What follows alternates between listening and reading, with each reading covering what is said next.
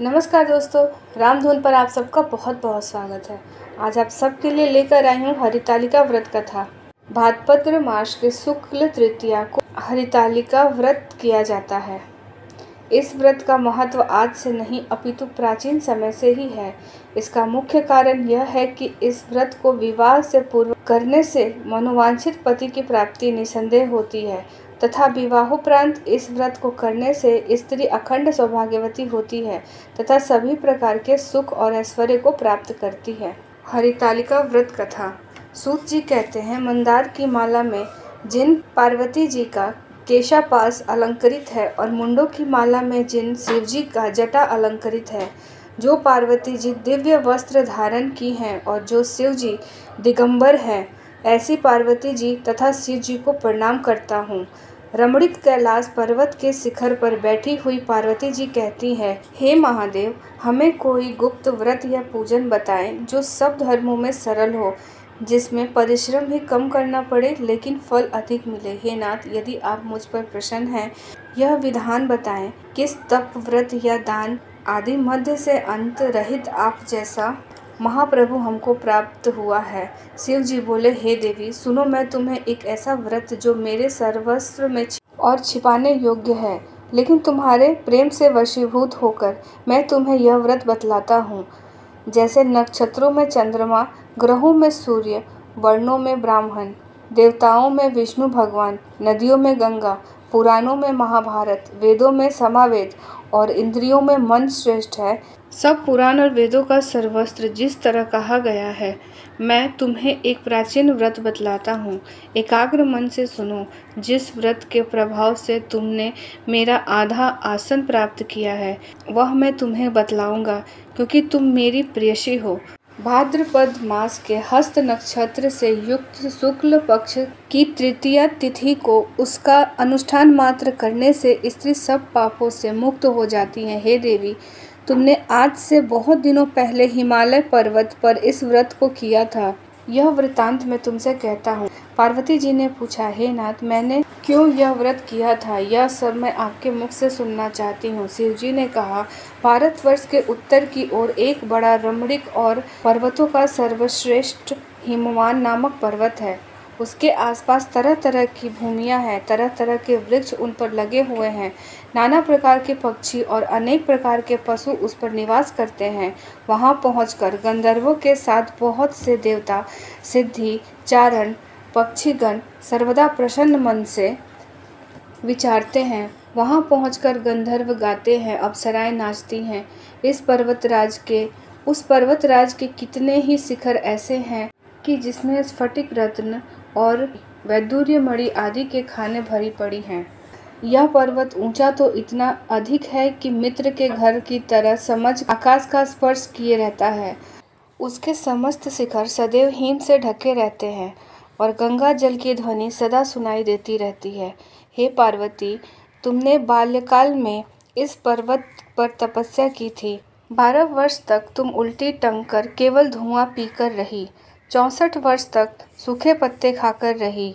माघ मास में तुम जल में बैठी रहती और बैसाख की दोपहरिया में पंचांगिनी तपती थी। श्रावण मास के महीने में जल बरसता तो तुम भूखी प्यासी रहकर मैदान में बैठी रहती थी। तुम्हारे पिता इस तरह के कष्ट सहन को देखकर बड़े दुखी हुए। वे चिंता में पड़ गए, मैं अपनी कन्या किसको दूं? उसी समय नारद जी वहां पहुंचे। मुनिश्रेष्ठ नारद जी उस समय तुम्हें देखने गए थे। नारद जी को देखकर गिरि ने अर्घ्यपाद, आसन आदि देकर उनकी पूजा की और कहा, हे स्वामी, आप किस लिए आए हैं? वो भाग्य है, आपका आगमन मेरे लिए अच्छा है। नारद जी ने कहा, हे पर्वतराज, सुनो, मैं भगवान विष्णु का भेजा हुआ आपके पास आया हूँ। आपको चाहिए कि यह कन्या रत्न किसी योग्य वर को दे। भगवान विष्णु के सम्मान योग्य वर ब्रह्मा, इंद्र और शिव, इनमें से कोई नहीं। इसलिए मैं यही कहूँगा कि आप अपनी कन्या भगवान विष्णु को दे देवें। हिमवान ने कहा, भगवान विष्णु स्वयं अगर मेरी कन्या को ले रहे हैं और आप यह संदेश लेकर आए हैं, तो मैं अपनी कन्या दूंगा। हिमवान की इतनी बात सुनकर नारद मुनि आकाश में विलीन हो गए।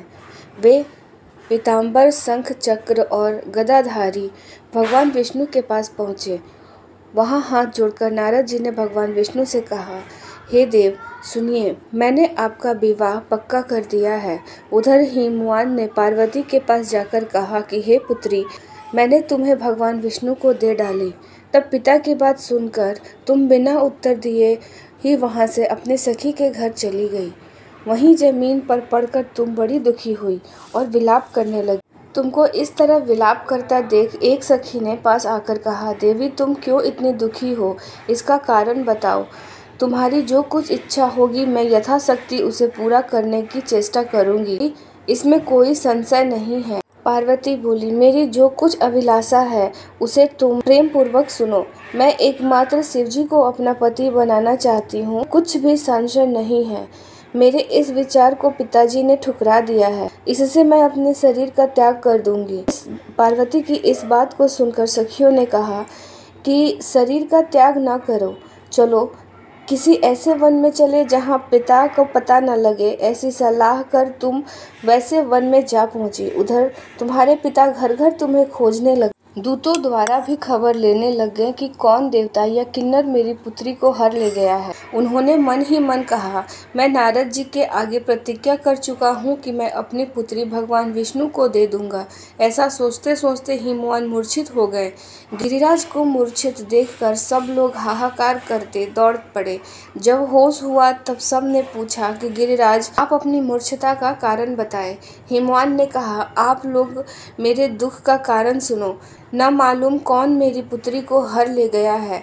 ऐसा नहीं हुआ तो उसे किसी काले सांप ने काट लिया या फिर किसी सिंह ने खा लिया होगा। हाय हाय, मेरी बेटी कहाँ चली गई? किसी दुष्ट ने मेरी पुत्री को मार डाला। ऐसा कहकर वायु के झोंके से कांपते हुए वृक्ष के समान कांपने लगे। इसके बाद हिमवान तुम्हें वन वन खोजने लगे। वह वन भी सिंह, भालू, हिंसक जंतुओं से बड़ा भयानक हो रखा था। तुम भी अपनी सखियों के साथ उस भयानक वन में चलती चलती एक ऐसी जगह पर जा पहुंची जहां एक नदी बह रही थी। उसके रमणीक तट पर एक बड़ी सी कंदरा थी। तुमने उसी कंदरा में आश्रम बनाया। मेरी एक बालू कामयी प्रतिमा बनाकर अपनी सखियों के साथ निराहार रहकर मेरी आराधना करने लगी। जब भाद्रपद शुक्ल पक्ष की हस्त युक्त तृतीया तिथि प्रारंभ हुई तब तुमने मेरा विधि विधान से पूजन किया और रात भर जागकर गीत वाद्य आदि से मुझे प्रसन्न करने में बिताया। उस व्रतराज के प्रभाव से मेरा आसन डगमगा उठा, जिससे मैं तत्काल उस स्थान पर पहुंचा जहां तुम अपने सखियों के साथ रह रही थी। वहां पहुंचकर मैंने तुमसे कहा कि मैं तुम पर प्रसन्न हूँ। तुम्हें क्या वर चाहिए, बोलो क्या चाहती हो। तुमने कहा, मेरे देवता, यदि आप मेरे ऊपर प्रसन्न हैं तो मेरे पति बने। मेरे तथास्तु कहकर कैलाश पर्वत पर वापस आने पर तुमने वह प्रतिमा नदी में प्रवाहित कर दी और सखियों के साथ उस हिमवान भी तब तक उस वन में तुम्हें खोजते हुए पहुँचे। चारों दिशाओं में तुम्हारी खोज करते करते वे व्याकुल हो चुके थे, इसलिए तुम्हारे आश्रम के समीप पहुँचते ही वह गिर पड़े। थोड़ी देर बाद उन्होंने नदी के तट पर दो कन्याओं को देखा। देखते ही उन्होंने तुम्हें छाती से लगा लिया और बिलख कर रोने लगे। फिर पूछा, पुत्री तुम सिंह, बाघ आदि जंतुओं से भरे इस वन में क्यों आ पहुंची? पार्वती ने उत्तर दिया, हे पिताजी, मैंने पहले ही अपने आप को शिवजी के हाथों सौंप दिया था। आपने मेरी बात टाल दी, इससे मैं यहाँ चली आई। हिमवान ने सांत्वना दिया कि हे पुत्री, मैं तुम्हारी इच्छा के विरुद्ध कुछ भी नहीं करूँगा। तुम्हें अपने साथ लेकर घर आए, मेरे साथ तुम्हारा विवाह कर दिया। इससे तुमने मेरा अर्धासन पाया। तब से आज तक किसी के सामने मुझे यह व्रत प्रकट करने का अवसर प्राप्त नहीं हुआ। हे देवी, मैं यह बताता हूँ कि इस व्रत का नाम हरितालिका क्यों पड़ा। तुमको सखिया हर ले गई थी, इसलिए इसका नाम हरितालिका पड़ा। पार्वती ने कहा, हे प्रभु, आपने नाम तो बताया, अब विधि बताए और इसका क्या पुण्य प्रताप है, क्या फल है, यह व्रत कौन कर सकता है? शिव जी ने पार्वती जी से कहा, हे देवी, मैं स्त्री जाति की भलाई के लिए यह उत्तम व्रत बतलाता हूँ। जो स्त्री अपने सौभाग्य की रक्षा करना चाहती हो वह यत्न पूर्वक इस व्रत को करे। पहले केले के खंभे आदि से सुशोभित एक मंडप बनवावे, उसमें रंग बिरंगे रेशमी कपड़ों से चांदवा लगाकर चंदन आदि सुगंधित द्रव्यों से मंडप को लिपवावे। फिर शंख, वेदी, मृदंग आदि बजाते हुए बहुत से लोग एकत्रित होकर तरह तरह के मंडलाचार्य करते हुए इस मंडप में पार्वती जी और शिव जी की प्रतिमा स्थापित करें। उस रोज दिन भर उपवास करके सुगंधित फूल, गंध और मनोहर धूप, नाना प्रकार के नैवेद्य आदि एकत्रित कर मेरी पूजा करें और रात भर जागरण करें। इसके अतिरिक्त नारियल, सुपारी, जामुनी, नींबू, लौंग, अनार, नारंगी आदि जो फल प्राप्त हो सके उसे इकट्ठा कर ले। इस ऋतु में जो भी फल फूल मिले उसे विशेष रूप से रखें। इसके बाद धूप दीप आदि से पूजन प्रार्थना करें। हे शिवे, हे शिवरूपिणी, हे मंगले, हे अर्क रूपे, आपको सदा के लिए नमस्कार है। हे जगदात्री, आपको नमस्कार है।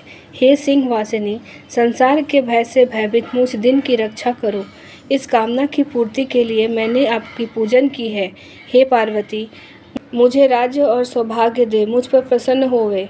इन मंत्रों से पार्वती जी तथा शिव जी का पूजन करें।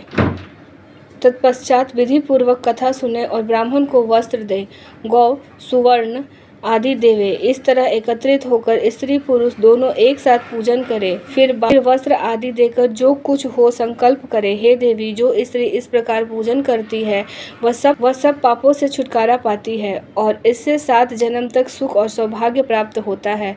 जो स्त्री तृतीया तिथि को व्रत न करे, अन्न भक्षण करती है, तो वह 7 जन्मों तक बंध्या रहती है और उसको बार बार विधवा होना पड़ता है। वह सदा दरिद्रता, पुत्र शोक से शोकाकुल, स्वभाव से लड़ाकी, सदा दुख भोगने वाली और उपवास न करने वाली स्त्री अंत में घोर नरक में जाती है।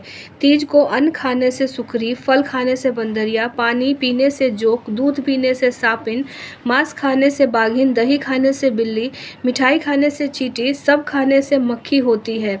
उस रोज सोने से अजगरी और पति को धोखा देने से मुर्गी होती है। इसलिए हर स्त्री को व्रत अवश्य करना चाहिए। दूसरे दिन स्वर्ण, चांदी, तांबा, बांस के पात्र में अन्न भरकर ब्राह्मण को दान दे और प्रण करे। जो स्त्री इस प्रकार व्रत करती है वो मेरे समान पति पाती है और वह जब मरने लगती है तो उसका रूप तुम्हारे समान हो जाता है। उससे सब प्रकार के सांसारिक भोग और साजयुक्त मिल जाती है।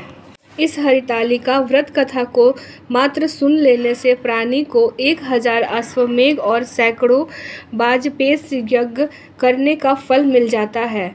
हे देवी, मैंने यह सब व्रतों में उत्तम व्रत बतलाया है जिसके प्राणियों को पापों से छुटकारा मिलता है। हरितालिका व्रत कथा समाप्त।